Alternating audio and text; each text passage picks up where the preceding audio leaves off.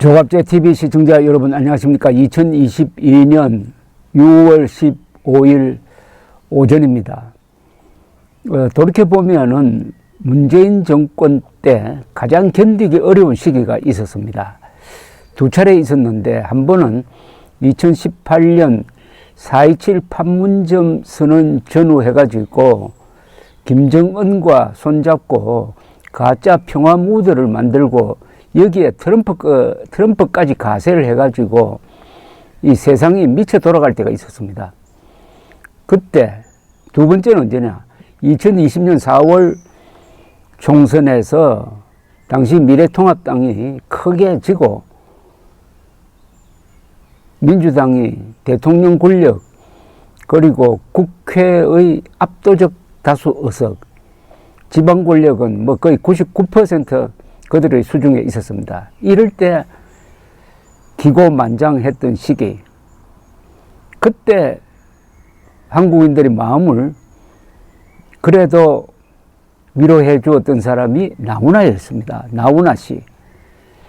2020년 추석 즈음 해가지고 KBS에서 나훈아 쇼를 했는데 그때 재방송까지 합치면은 종합 시청률이 50%나 되었습니다. 그 방송을 통해서 나훈아 씨가 아주 짤막한 멘트를 통해서 문재인 정권에 짓눌려 있던 국민들을 속 시원하게 해주었습니다. 아직도 제가 기억하는 말이 있습니다. KBS가 잘해야 합니다. 대한민국 만세가 아니라 대한국민 만세입니다. 대통령이나 왕이 나라를 위해서 희생했다는 이야기 듣지 못했습니다. 보통 사람들이 나라를 지켰습니다. 그러니까 대한국민 만세라고 하는 게 옳다고는 이야기 등등. 그 나훈아 씨는 북한에 불려가지 않는 사람입니다.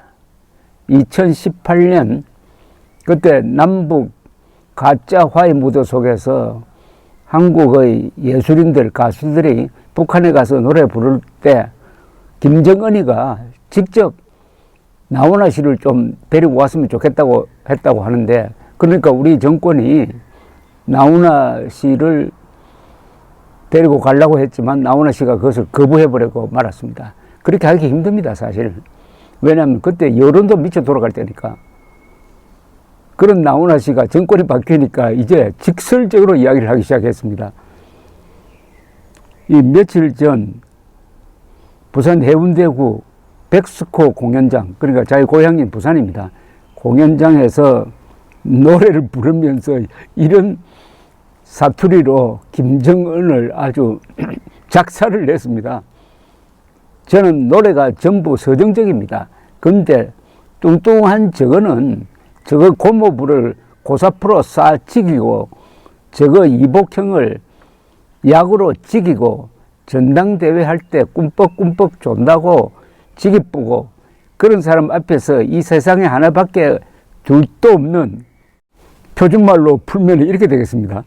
저는 노래가 전부 서정적입니다. 그런데 뚱뚱한 저놈의 고모부를 고사프로 쏴 죽이고 저놈의 이복형을 약 먹여 죽이고 전당대회에서 꾸벅꾸벅 졸고 있다고 해서 죽이고 그런 뚱뚱한 사람 앞에서 이 세상에 하나밖에 둘도 없는 나훈아의 노래 사랑, 이것이 나옵니까? 이렇게 번역을 할 수가 있습니다. 2020년 KBS 나훈아 쇼를 보고 감동한 제가 그때 조갑제닷컴에 이런 글을 올린 적이 있습니다.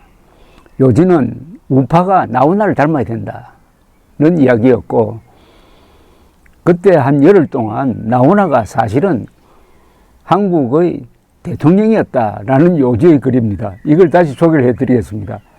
요사이 나훈아로 해서 그 어려운 시기를 견뎌냈던 우리 다수 국민들이 요사이는 마음 편하게 있습니다. 물론 이재명을 찍었던 사람들 중에는 지금 이를 갈고 있는 사람도 있을 겁니다. 이를 갈고 있는 사람과 웃는 사람, 저는 웃는 사람 쪽에 속하니까 2년 전에 나훈아 씨의 그 통쾌한 쇼를 보고 적었던 글이 새삼 생각나서 한번 소개를 해드리겠습니다. 2020년 추석 전후 10일 정도는 나훈아가 국민을 크게 하나로 합친다는 대통이죠. 사전적 의미에서 실질적 대통령이었다. 두 차례 방송에서 약 50%의 시청률을 기록. 국민의 마음을 사로잡은 나훈아의 비밀을 연구해야 할 이들은 우파 세력이다. 첫째, 나훈아는 늙어도 젊게 행동했다. 옷차림, 말, 행동이 젊었다. 우파가 늙어 보이면 젊은이들, 여성들은 달아난다. 두 번째, 나훈아는 남성미를 보였다. 우파의 미학은 건강한 힘이다. 상무정신, 애국심, 규율과 절도, 프로정신, 정확성, 이 모두를 갖춘 나훈아는 이런 힘을 아름답게 표현했다. 말하자면 우파의 미학을 보여주었다는 거죠. 세 번째, 나훈아는 이념에 충실했지만은 이를 부드럽게 드러냈다. 그의 한마디 한마디에는 반공 자유민주주의 정신이 깔려 있었다. 탈이념의 김종인류와는 전혀 다른 길을 가서 국민의 마음을 사로잡은 것이다. 네 번째, 나훈아는 지혜로웠다. 반공 자유의 이념을 촌스럽게 드러내지 않고 사귀어서 표현하는 슬기를 보여주었다. 다섯 번째, 나훈아는 메시지의 귀재였다. 그는 짧고 정확하고 쉬운 언어를 구사, 말하고 싶은 뜻을 확실하게 전달하였다. 우파가 배워야 할 선전술이다. 여섯 번째, 나훈아는 자유와 자주의 영혼을 양보하지 않았다. 자신의 가치관을 지키려는 자존심을 거칠게 표현하지 않고 여유있게 드러냈다. 웃음을 잃지 않았다. 이 우파가 웃음을 잃지 않아야 된다는 이야기입니다. 우파 모임에 가면은 단상에서 내려다 보이면은 모든 사람들이 분노하고 짜증하는 그런 얼굴이었는데 요새는 물론 달라졌을 것으로 보입니다. 일곱 번째, 나훈아는 계획과 연습에 철저한 프로였다. 고집을 뒷받침할 만한 실력이 있었기에 주최 측에 통했고 국민들을 열광시킬 수 있었다. 우파는 주장은 강한데 실천력이 약하다. 결론적으로 우파는 나훈아 같은 프로가 되어야 한다. 좌파는 권력을 쟁취하고 유지하는 데는 프로인데 우파는 아마추어적이다.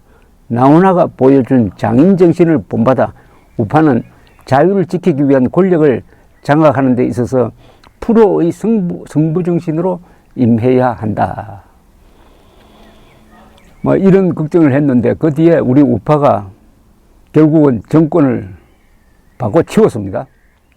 우리 우파는 이제 좀 여유있게 그리고 유머 감각도 찾고 무엇보다도 멋지게 보여야 합니다. 그걸 우파의 미학이라고 부르고 싶습니다. 멋지게 보이려면은 사람이 우선 절도가 있고 그리고 젊게 보이려고 노력해야 됩니다. 나이 많은 사람들은. 동시에 미학이 있어야 됩니다. 이 우파의 미학은 보통 군사문화로서 표현됩니다.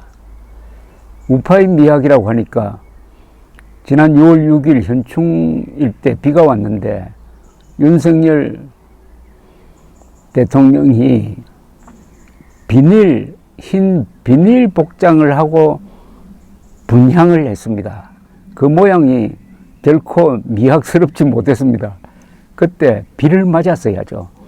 비를 맞으면서 당당하게 전몰 장병들에게 조의를 표하는 그 모습 하나가 우리 국민들의 마음을 감동시킬 텐데 누가 건의를 했는지 흰 비옷을 입고 분향하는 그 모습에서 역시 나훈아 정신을 윤석열 대통령이 배울 점이 있겠구나 하는 생각을 했습니다. 나훈아 씨는 2018년뿐만 아니라 그전에도 북한에서 오라고 할 때 그리고 남한의 친북 정권이 가자고 할 때 거절했던 사람입니다. 그때 나훈아 씨가 이야기했어요. 나는 이래라 저래라 하는 데 가서는 노래 안 합니다 라고 했습니다. 이게 예술인의 위대한 자유정신이죠. 어떻게 보면 자유혼이죠.